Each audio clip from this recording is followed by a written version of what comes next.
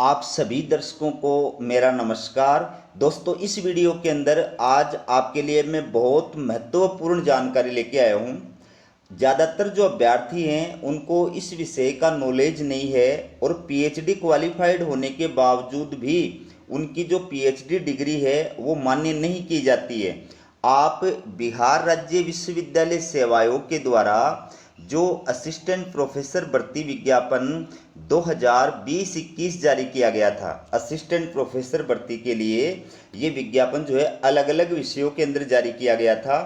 तो सभी विषयों के अगर आप रिजल्ट योग्य और अयोग्य अभ्यर्थियों की जो लिस्ट आयोग के द्वारा जारी की जाती है, अगर आप उसका विश्लेषण करेंगे तो आपको पता चल जाएगा कि कई अभ्यर्थियों के जो आवेदन फॉर्म हैं वो आयोग के द्वारा सिर्फ इस आधार पर अस्वीकार कर दिए जाते हैं कि उन अभ्यर्थियों के पास में यूजीसी रेगुलेशन 2009 या 2016 के प्रावधानों के अनुरूप पीएचडी उपाधि प्राप्त होने का प्रमाण पत्र नहीं है। ये आप मान के चलिए। तो अभ्यर्थी पीएचडी डिग्रीधारी है, उसके बावजूद उसकी पीएचडी डिग्री जो है वो मान्य नहीं की जाती है और आयोग के द्वारा उसका आवेदन फॉर्म जो है अस्वीकृत कर दिया जाता है। मैं बहुत दिनों से बिहार राज्य विश्वविद्यालय सेवा आयोग के द्वारा असिस्टेंट प्रोफेसर भर्ती के अलग अलग विषयों के जो आवश्यक निर्देश होते हैं, क्वालिफाइड अभ्यर्थी जो होते हैं, डिसक्वालिफाइड जो अभ्यर्थी होते हैं, उनकी सूचना आपके लिए लेकर के आता रहा हूँ। इसलिए मुझे इस चीज़ का सटीक अंदाजा है।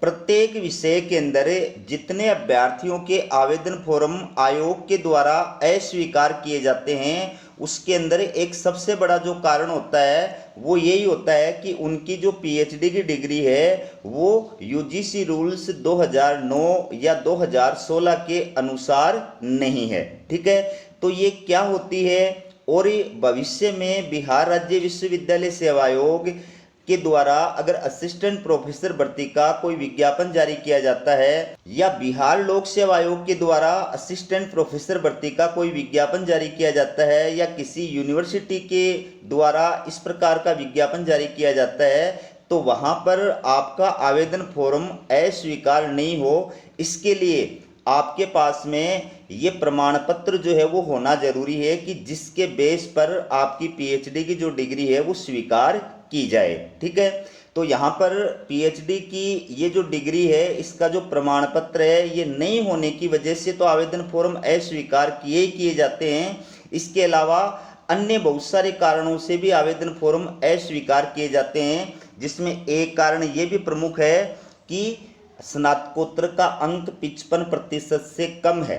अब अभ्यर्थी को ये पता होना चाहिए कि असिस्टेंट प्रोफेसर के लिए जो क्वालिफिकेशन होती है, जो एलिजिबिलिटी होती है, वो क्या होती है कि आप जिस विषय में अप्लाई कर रहे हैं उस विषय में या संबद्ध विषय में, संगत विषय में आपके पास में मास्टर डिग्री यानी पीजी की डिग्री होनी चाहिए और उसमें कम से कम 55% मार्क्स होने चाहिए। ठीक है, अब यहाँ पर इन अभ्यर्थियों के आवेदन फॉर्म इस आधार पर स्वीकार कर दिए हैं कि उनकी मास्टर डिग्री में 55% मार्क्स नहीं हैं। तो इसके साथ साथ में असिस्टेंट प्रोफेसर के लिए वही अभ्यर्थी अप्लाई करने के योग्य होता है जो विश्वविद्यालय अनुदान आयोग यानी यूजीसी या सीएसआईआर के द्वारा जो राष्ट्रीय पात्रता परीक्षा होती है नेट, ठीक है, वो क्वालिफाइड होता है। और बिहार राज्य के जो अभ्यर्थी हैं अगर वो नेट क्वालिफाइड नहीं है तो बेट, बिहार एलिजिबिलिटी टेस्ट, जिसको अपन स्लेट या सेट बोलते हैं, ये एग्ज़ाम अगर आप क्वालिफाइड हैं तो भी यहाँ पर आप असिस्टेंट प्रोफेसर के लिए अप्लाई कर सकते हैं। लेकिन सबसे महत्वपूर्ण बात ये है कि जो अभ्यर्थी पीएचडी क्वालिफाइड है, न नेट न बेट न सेट न स्लेट, सिर्फ पीएचडी क्वालिफाइड है और उसके बेस पर अगर वो असिस्टेंट प्रोफेसर के लिए अप्लाई करते हैं तो ज़्यादातर अभ्यर्थियों के आवेदन फॉर्म प्रत्येक विषय के अंदर जो है वो अस्वीकार कर दिए जाते हैं। और उसका एक सबसे प्रमुख कारण जो होता है वो होता है कि उनकी पीएचडी की जो डिग्री है वो यूजीसी रूल्स 2009 या 2016 के अनुसार नहीं है। तो ये क्या होता है, और इसके लिए आपको क्या करना पड़ेगा, इस बारे में इस वीडियो के अंदर आपको जानकारी प्रदान करने जा रहा हूं। तो अगर आपको वीडियो पसंद आए तो चैनल को सब्सक्राइब जरूर कीजिएगा और चैनल का लिंक अपने दोस्तों के पास में शेयर जरूर कीजिएगा, क्योंकि यहाँ पर मैं आपको बिहार और यूपी से संबंधित असिस्टेंट प्रोफेसर के बारे में जानकारी प्रदान करने का कार्य करता हूँ।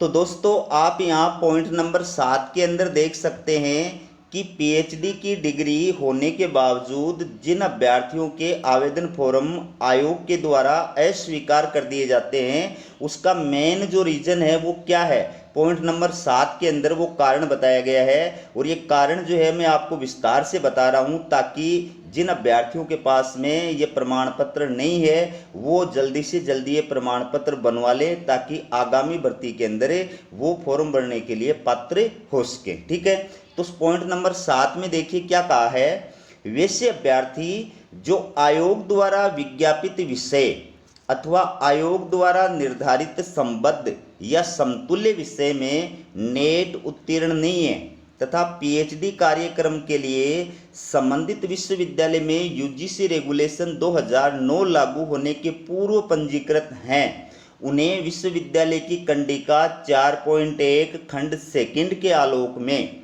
संबंधित विश्वविद्यालय के कुल सचिव अथवा संकाय अध्यक्ष शैक्षणिक कार्यों द्वारा सत्यापित या निर्गत पीएचडी उपाधि संबंधी 5 शर्तों को पूरा करने का प्रमाण पत्र ऑनलाइन आवेदन के साथ संलग्न करना आवश्यक था। यहाँ पर आयोग ने क्या कहा है कि अगर आप नेट क्वालिफाइड नहीं है, बिहार एलिजिबिलिटी टेस्ट बेट क्वालिफाइड नहीं है और आप पीएचडी के आधार पर अगर असिस्टेंट प्रोफेसर के लिए अप्लाई कर रहे हैं, तो यहाँ पर आपकी पीएचडी की जो डिग्री है वो तभी मान्य होगी जब वह यूजीसी रूल्स 2009 या 2016 के अकॉर्डिंग होगी।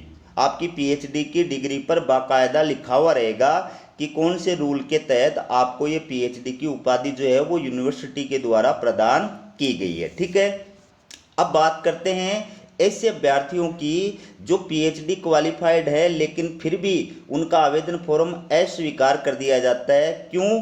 क्योंकि उनकी पीएचडी की जो डिग्री है वो यूजीसी रूल्स 2009 या 2016 के अनुसार नहीं है। ठीक है, इसका मतलब क्या है कि एक डेडलाइन जो है वो डिसाइड कर रखी है 11 जुलाई 2009। ध्यान रखना, 11 जुलाई 2009 से पहले जिन अभ्यर्थियों का पीएचडी के अंदर रजिस्ट्रेशन हो गया, ठीक है, या 11 जुलाई 2009 से पहले की जिन अभ्यर्थियों के पास में पीएचडी की डिग्री है, ठीक है, या रजिस्ट्रेशन आपका इस डेट से पहले हुआ है, डिग्री भले ही आपको बाद में मिली है, तो आपकी पीएचडी की जो डिग्री है वो आयोग के द्वारा तभी मान्य होगी और पीएचडी के आधार पर आप असिस्टेंट प्रोफेसर के लिए तभी एलिजिबल माने जाएंगे जब आप ये 5 शर्तें जो हैं, 5 बिंदु जो है, इनको सत्यापित किए जाने वाला एक प्रमाण पत्र जो है वो अपनी डिग्री के साथ में, उपाधि के साथ में लगाएंगे। ठीक है, अब ये 5 बिंदु कौन कौन से होते हैं मैं एक एक करके आपको बता रहा हूँ। पॉइंट नंबर पहला, अभ्यर्थी को पीएचडी की डिग्री नियमित पद्धति से प्रदान की गई है। पॉइंट नंबर 2, कम से कम 2 बाहरी पर्यवेक्षकों के द्वारा शोध प्रबंध का मूल्यांकन किया गया है। पॉइंट नंबर 3, अभ्यर्थी की खुली मौखिक परीक्षा यानी विवा वॉइस आयोजित की गई थी।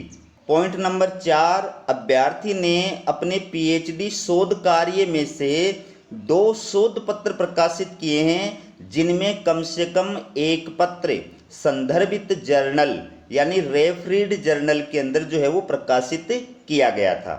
पॉइंट नंबर 5, अभ्यर्थी ने अपने पीएचडी शोध कार्य में से कम 2 पेपर यूजीसी या सीएसआईआर या आईसीएसएसआर आदि द्वारा प्रायोजित या वित्तपोषित या सहायता प्राप्त सम्मेलन या सेमिनार में प्रस्तुत किए हैं। तो ये 5 बिंदु है, इन 5 बिंदुओं को सत्यापित करने वाला एक प्रमाण पत्र आपको बनवाना है। और वो प्रमाण पत्र आपको कहाँ से बनवाना है, आपने जिस यूनिवर्सिटी से पीएचडी की थी उस यूनिवर्सिटी के कुल सचिव यानी रजिस्ट्रार या फिर संकाय अध्यक्ष यानी डीन, और ये शैक्षणिक कार्यों वाला होना चाहिए। तो इनमें से कोई भी इन 5 बिंदुओं को सत्यापित करने वाला एक प्रमाण पत्र जो है वो आपको प्रदान करेगा, और उस प्रमाण पत्र को जब आप पीएचडी उपाधि के साथ में लगाएंगे तो आपकी पीएचडी डिग्री जो है वो मान्य होगी। तो उम्मीद करता हूं कि ये वीडियो देखने के बाद में ऐसे सभी अभ्यर्थी जिनकी पीएचडी की डिग्री यूजीसी रूल्स 2009 या 2016 के अनुसार नहीं है, वो अपनी अपनी यूनिवर्सिटी के अंदर जाएंगे, और आपकी जो यूनिवर्सिटी है उसका जो रिसर्च विभाग है, रिसर्च सेक्शन है, रिसर्च डिपार्टमेंट है, वहाँ पर जब आप जाएंगे तो वहाँ पर इससे संबंधित जो पूरी प्रोसेस है वो संपन्न हो जाएगी। और इसमें आपके जो गाइड थे जिनके अंडर में आपने पीएचडी की थी, उनके द्वारा भी उस प्रमाण पत्र को यानी एक प्रार्थना पत्र को सत्यापित किया जाएगा। वो प्रार्थना पत्र ले जा करके आपको रिसर्च डिपार्टमेंट में देना होगा। संबंधित रिसर्च जो डिपार्टमेंट है उसके बाद में वो आगे की प्रोसेस करेगा, और आपको 5 या 10 दिन का जो है वो टाइम दे सकता है। उसके बाद में आपको वो प्रमाण पत्र जो उपलब्ध करा दिया जाएगा। तो अपने साथ में आपको अपनी थीसिस लेके जानी है, ठीक है। जब आप यूनिवर्सिटी के अंदर ये प्रमाण पत्र बनवाने के लिए जाएं तो आपको क्या क्या साथ में लेके जाना है। आपकी जो पीएचडी की थीसिस है, जो शोध प्रबंध है, वो आपको साथ में लेके जाना है। आपने जो रिसर्च पेपर पब्लिश्ड कराए हैं वो आपको साथ में लेके जाने हैं। जो सेमिनार अटेंड किए हैं वो आपको जो प्रमाण पत्र साथ में लेके जाने हैं। और आपका जो पीएचडी का रजिस्ट्रेशन लेटर है वो आपको साथ में लेकर के जाना है। ये डॉक्यूमेंट्स आपको साथ में लेकर के और यूनिवर्सिटी के अंदर रिसर्च डिपार्टमेंट के अंदर जाना है। वहाँ पर आपको ये प्रोसेस जो है वो पूरी करके और वो प्रमाण पत्र जो प्रदान किया जाएगा। तो अगर ये वीडियो आपको यूजफुल लगा हो तो हमारे चैनल को जो है सब्सक्राइब जरूर करें, और वीडियो का लिंक अपने दोस्तों के पास में शेयर जरूर करें, ताकि आगामी असिस्टेंट प्रोफेसर भर्ती के अंदर कोई भी अभ्यर्थी इस प्रमाण पत्र की वजह से जो है वो वंचित न रह जाए।